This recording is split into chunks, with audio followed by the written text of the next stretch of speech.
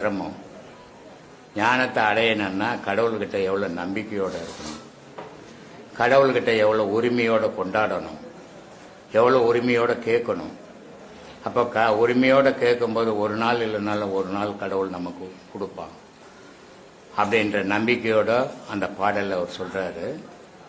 அந்த பாடல் நீங்கள்லாம் தெரிஞ்சுக்கினீங்கன்னா அந்த ஞானம் எப்படிப்பட்டதுன்றது புரிஞ்சுப்பீங்கன்றதுக்காக சொல்கிறேன். ஓங்கார சூத்திர சதானந்த வாரியில் ஓர் எழுத்தாயான பரனே. இறைவன் எப்படி இருக்கிறான் அப்படின்னா ஓங்காரமாக இருக்கிறான். ஓங்காரம்னா என்ன? சப்த வடிவா இருக்கு. உலகத்தில் சப்தம்னு ஒன்று இல்லைன்னா உலக ஏக்கம்னே ஒன்று இருக்காது. மனிதனுக்குள்ள சப்தம்னு ஒன்று இல்லைன்னா மனித ஏக்கமும் இருக்காது. அப்போ அவன் ஓங்கார சப்த வடிவமா இருக்கிறான். சப்த வடிவமா மட்டும் இல்லை, சூத்திரமா இருக்கிறான். அந்த சப்தம் எப்படி வருது, எங்கேருந்து வருது, யாராலும் அறிய முடியாத ரகசியம். சூத்திரம்னா ரகசியம், ரகசியமா இருக்கிறான். சதானந்த வாரி. நான் ஏற்கனவே சொன்னேன், சிவமும் சக்தி இணைஞ்சுதான் உலகம். பூமி அம்மாலா இருக்கிறா, சக்தியா இருக்கிறா, ஆகாயம் சிவமா இருக்கிறோம். ரெண்டும் இணைஞ்சாதான் உலகம். ரெண்டும் இணையாத தனியாக ஆகாயம் இருந்தாலும் யூஸ் இல்லை, பூமி இருந்தாலும் யூஸ் இல்லை. அப்போ இரு பொருள் இணைஞ்சாதான் செயல். அந்த இரு பொருள் இணைஞ்சு சக்தியும் சிவமுமா இந்த உலகத்தில் அது எப்படி இருக்குதுன்னா பிரகாசமா இருக்கிறாள் அம்மா. அதனால சொல்றாரு, ஓங்கார சூத்திர சதானந்த வாரியில் ஓர் எழுத்தாயான பரனே, ஓரியாய் நீ எனக்கு 5 எழுத்தை ஒரு செவியில் ஓதி வைத்தவன் அல்லவோ. இறைவன் என்ன பண்றான்? ஏகனா ஒரு எழுத்தாவே இருக்கிறான். ஆனா நம்மள என்ன பண்றான்? நமச்சிவாயான்ற 5 எழுத்துல போட்டுட்டான். இந்த காதில் 5 எழுத்த ஓதந்தால நம்ம படாத துன்பங்கள் பட்டுங்கிறோம் இங்கே. ஆனா அந்த ஓரெழுத்தா அந்த 5 பஞ்சபூதத்தை நிறுத்தி ஓரெழுத்த ஆனோம்னா நம்மளும் கடவுளா மாறலாம். அதனால சொல்றாரு, ஓரியாய் நீ எனக்கு 5 எழுத்தை ஒரு செவியில் ஓதி வைத்தவன் அல்லவோ. ஆங்காரமற்று. கடவுள் வழிபாட்டில் எப்படி இருக்கணும்? நான் தான், என்னால தான் முடியும், நான் தான் செய்வேன் அப்படின்ற அகங்காரம் வரக்கூடாது. அதனால அகங்காரமற்று, சுகமற்று. கடவுளை கும்பிட்றேன், எனக்கு ஒரு சுகம் கிடைக்கும், அதனால இந்த வழியில போறேன். கடவுளை கும்பிட்றேன், எனக்கு சொத்து கிடைக்கும், அதனால இந்த இப்படிலாம் வச்சுக்கினீங்கன்னா கடவுளுக்கும் உனக்கும் தொடர்பே கிடையாது அப்படின்றது சொல்றாரு. ஆங்காரமற்று, சுகமற்று, துக்கமற்று, ஐம்புலன் பாசமும் அற்று. ஆகாசம் கிடுகிடு என்று இடி இடித்து அமிர்தமழை ஆராதாரத்தில் பொழிய. ஆகாசம் கிடுகிடுன்னு இடி இடிக்கணுமா? எப்படி இருக்கும்? தலை அதிர்ந்து போயிடும். என்ன செய்யணும்னு உன்னால முடியாத போயிடும்.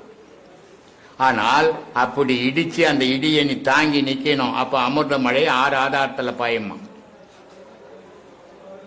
அப்ப அவ்வளவு சிரமப்படணும். அந்த 10 ஓசைகளையும் நீ கேட்கணும். அப்பதான் ஞானம் பிறந்ததுன்னு அர்த்தம். அதனால சொல்றாரு, ஆங்காரமற்று, சுகமற்று, துக்கமற்று, ஐம்புலன் பாசமற்று, ஆகாசம் கிடுகிடு என்று இடி இடித்து அமிர்தமழை ஆராதாரத்தில் பொழிய. ரீங்கார நாத மணி விந்துக்குள்ளாகி இரவுச்சி புருவ நடுவின் ரதி மன்மதன் போல் விளையாடுவதை கண்டு ராகமிட்டு உனது முன்னை. புருவ மையத்தில் ரதி மன்மதம் விளையாடுற மாதிரி சக்தி சிவம் விளையாடணும். தெய்வ பக்தி அப்படி இருக்கணும்டான். சும்மா ஏதோ போய் சினிமாக்காரங்கிட்ட விசிட் அடிக்கிற மாதிரி நான் சாமி கும்பிட்டேன் 10 வருஷமா சாமி கும்பிட்டேன், 20 வருஷமா சாமி கும்பிட்டேன்னு சொல்லி நம்மளையே நம்ம ஏமாத்தின்னு இருக்கிறோம். கடவுள் வழிபாடுன்றது அவ்வளவு கடினமானது. அவ்வளவு கடினமா அதுல போனீங்கன்னா தான் அடைய முடியாத, யாரும் அடைய முடியாத பொருளை நீ அடைய முடியும்.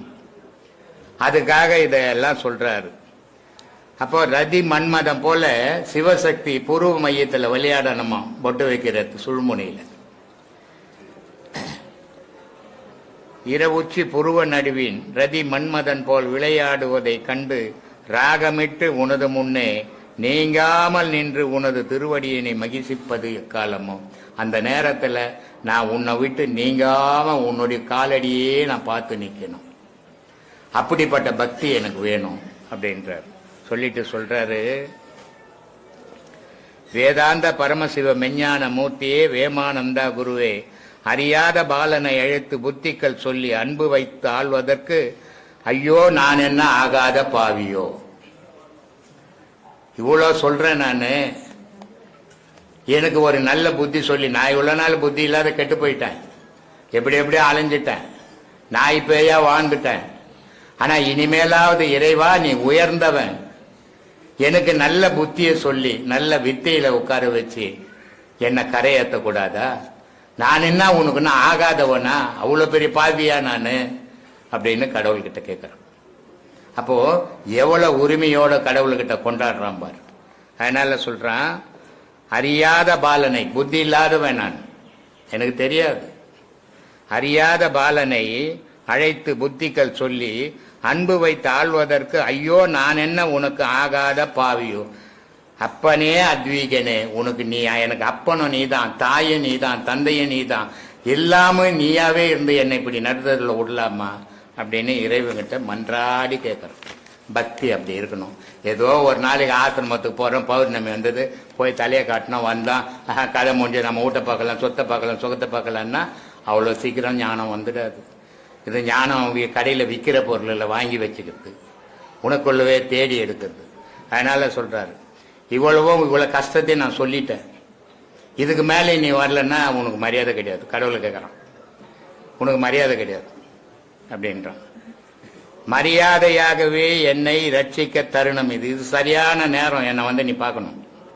கடவுளை கட்டளையிடுறான் பாரு ஒரு பக்தன். அப்படி இருக்கணும் கடவுள் பக்தி. மரியாதையாகவே என்னை ரட்சிக்க தருணம் இது, மாய்கை ஈசா மாரதேவா, மனமகிழ்ந்து இன்றைக்கு வாராமல் போனால் மடியில் கை போட்டு இருப்பேன், சொக்கா பிடிச்சி வச்சிடுவோம். உன்னை கடவுள்னு கூட நான் மதிக்க மாட்டேன். எவ்வளோ உரிமையை எடுத்துக்கிறான் பாரு கடவுள்கிட்ட. அப்படி இருக்கணும் பக்தி, அதான் பக்தி. சும்மா பட்டும் படாத வெந்த சோத்துல கருப்புல தூக்கி போடுற மாதிரி போட்டுட்டு நான் ரொம்ப பக்தி பண்ணிட்டேங்க நான் அப்படின்னு புலிவுகன் தெரிஞ்சுங்கிறோம் சொல்றான். பக்தியாய் உந்தனை மறவாமல் அனுதினமும் பாங்குடனே நிராமயத்தின் வெறியாகிலும் தந்து அகண்ட பரிபூர்ண விவேகம் அறிவிக்க ஒண்ணாதோ. இந்த உலகமே நீ பேரொலியா நிக்கிறியே, இதுல என்ன சேர்த்துக்க உனக்கு என்ன ஆகலையா? நானு அப்படிப்பட்ட இடத்துல என்ன எடுத்துன்னு போய் சேரு அப்படின்னு சொல்லிட்டு வேதாந்த பரமசிவ மெஞ்ஞான மூர்த்தியே வேமானந்தா குருவே, பஞ்சபூதங்களோடு நானும் ஒரு பூதமாய் பட்ட குறை மெத்த உண்டு. 5 பஞ்சபூதம் மழை பெய்யுது, கடல்ல விழுது, ஆத்துல விழுது, காவாயிலையும் விழுது. வரும்போது என்னமா நல்ல தண்ணியா தான் அது வந்தது, ஆனா விழற இடத்துக்கு ஏற்ற மாதிரி நாத்த தண்ணியா மாறி போச்சு. அந்த மாதிரி 5 பஞ்சபூதங்க இந்த உலகத்துல என்ன பாடு போட்டு அவ்வளவு பாடும் நானும் பட்டுனுக்கிறேன்டா, ஏன்னா என்ன 5 எழுத்து ஆக்கி விட்டுட்டேன் அப்படின்ட்டு சொல்றான். பஞ்சபூதங்களோடு நானும் ஒரு பூதமாய் பட்ட குறை மெத்த உண்டு, பட்சமுடன் கேட்பாராகில் சொல்ல கேளும். மரியாதையா சொல்றேன், கேட்டுக்கோ. யாருக்கிட்ட? கடவுள்கிட்ட போய் கேட்கறான் பாரு. எப்படி மரியாதையா சொல்றேன், கேட்கலன்னா மரியாதை கெட்டு போடும் அப்படின்றான். பட்சமுடன்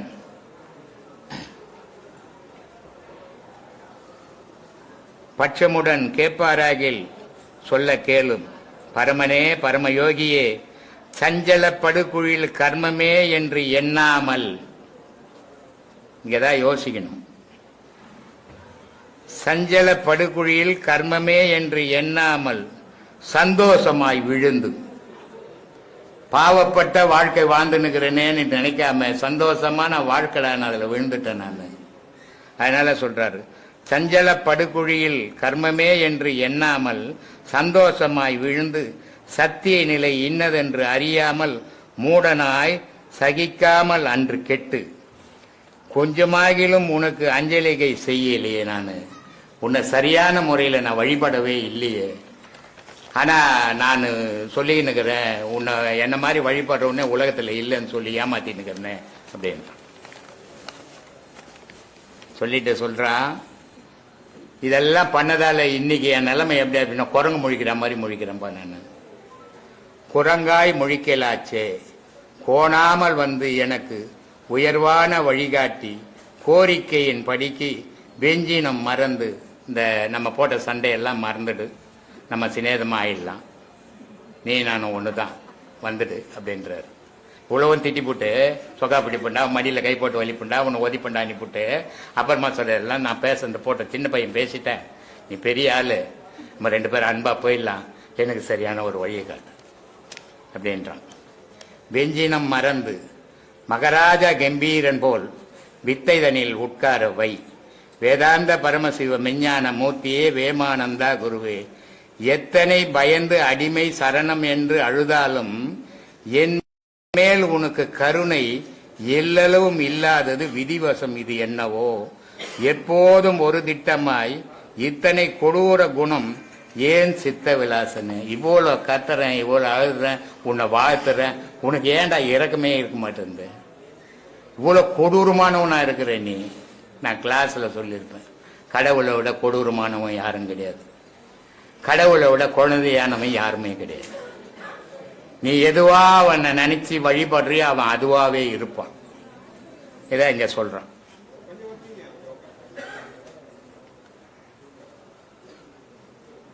இத்தனை கொடூர குணம் ஏன் சித்த விலாசனே. சித்த விலாசனேன்னா என்ன அர்த்தம்? கடவுள் என்னவா இருக்கிறான்னா அறிவாவே இருக்கிறான். சித்தம்னா அறிவு, கடவுள் அறிவாவே இருக்கிறான். நம்ம 5 பஞ்சபூதமாவே இருக்கிறோம். உண்மையே தெரிஞ்சுக்காமையே வாழ்ந்துட்டோம் உலகத்துல. சஞ்சல படுகொழில ஒருவன் தெரியாமையே சந்தோஷமா அதுல விழுந்து விழுந்து மடிஞ்சுன்னு இருக்கிறோம்.